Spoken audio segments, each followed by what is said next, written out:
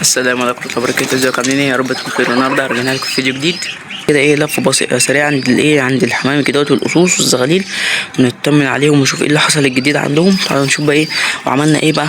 وعملنا ميكس في البيت، انا عملته عشان طبعا الميكس اللي احنا كنا جايبينه بتاع مهند محمود خلص، فاحنا عاملين ميكس. عملت بقى ايه الميكس دوت عباره عن ايه. جبت الكلفه اللي هي العاديه ديت، تمام، رحت نقعها في ميه، تمام. بعد كده رحت سالقها، بعد كده رحت ضاربها في الخلاط بس. وعملت كده بص اهو، دي عشان اخففته هيطلع بص اهو، بص هو ده. بص هيطلع يبقى تقيل معاكم لو انتوا شايفين، بص هيبقى تقيل. رحت انا حطيت شويه في الايه في الازاز اهوت، رحت مخففه بشويه ميه اللي هو بقى ايه يعني بقى كده بقى قوامه كده اهو. طبعا نطمن على ايه، على الزغاليل تمام والقصوص والحاجه. افتح لكم بس الفلاش. طبعا ايه اهو، اللهم صل اول حاجه على النبي واذكر الله. ليه الزغلول لازق قطيفه في وشنا اهو، بص الهزازات ايه، والزغلول ابنهم راح فين اهو، واقف وراه. دي الايه الاستراليات، طبعا ايه راقدين على حصى. طبعا ده الايه القص الزواجي دوت.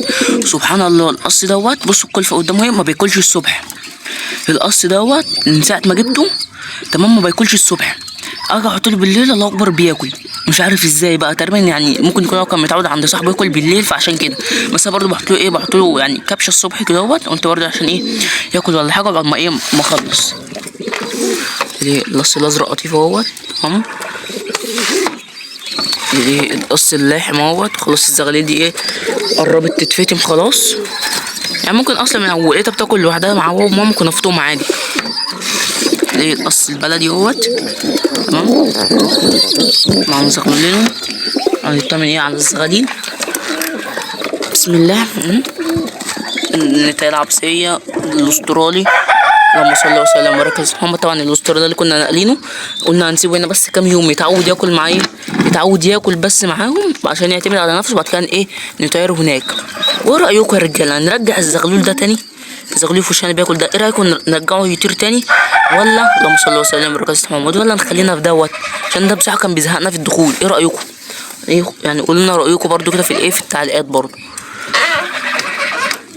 وبس كده الايه والحاجه بتاعتنا هيت، والوز والرومي الحاجه بتاعتنا هيت. طبعا ليه الدكارين هناك اهمت.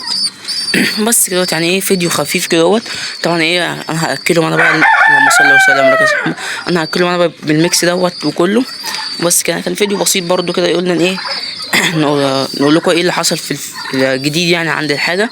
وبس كده نوصل لنهايه الفيديو، والسلام عليكم ورحمه الله وبركاته. وصلى على النبي وادينا لايك.